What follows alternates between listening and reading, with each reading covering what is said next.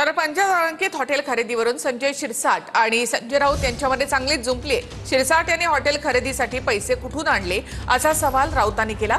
तर 67 कोटींच्या हॉटेलमध्ये 5 पार्टनर आहेत आणि 75% लोन आहे असं उत्तर यावर शिरसाट यांनी दिलंय। मंत्री संजय शिरसाट यांनी मुलासाठी 67 कोटींचं हॉटेल छत्रपती संभाजीनगर या ठिकाणी लिलावामध्ये खरेदी केलं आहे। सामाजिक न्याय मंत्री संजय शिरसाट यांनी आपल्या मुलासाठी 67 कोटींच्या हॉटेलची खरेदी केली। शिरसाटांनी मुलाच्या नावे खरेदी केलेलं हॉटेल विड्स हे छत्रपती संभाजीनगर मधलं पंचतारांकित हॉटेल आहे। कर्ज प्रकरणामुळे विड्स हॉटेलवर प्रशासक बसवण्यात आला होता।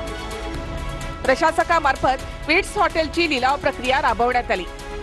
या लिलावामध्ये तब्बल 67 कोटींना संजय शिरसाट यांनी हे हॉटेल विकत घेतलंय।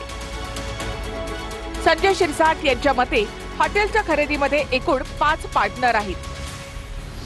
हॉटेलची किंमत 67 कोटी रुपये आहे।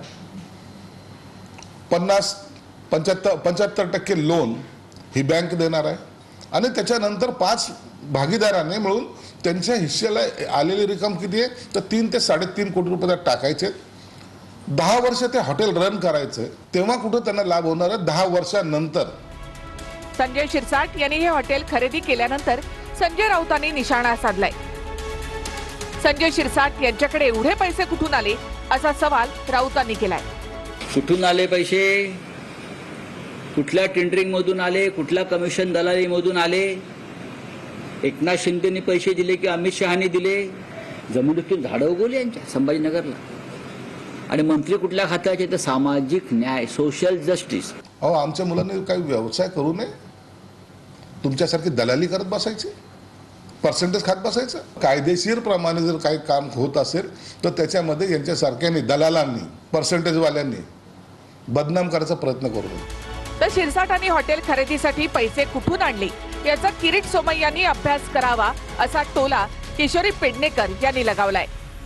किरीट सोमय्यांनी वर्किंग केलं पाहिजे, कारण असे बरेच प्रकरण ते सांगत असतात, तर याच्यावरही केले पाहिजे। आणि 67 करोड जरी असले तरी शिरसाट सारख्या माणसाला भारी आहेत। पिताश्रेणी वरून पाठवले का अजून कुठून पाठवले किंवा असे कुठले धंदे केले, काय केले त्याची स्पष्टता महाराष्ट्राच्या जनतेला द्यावी।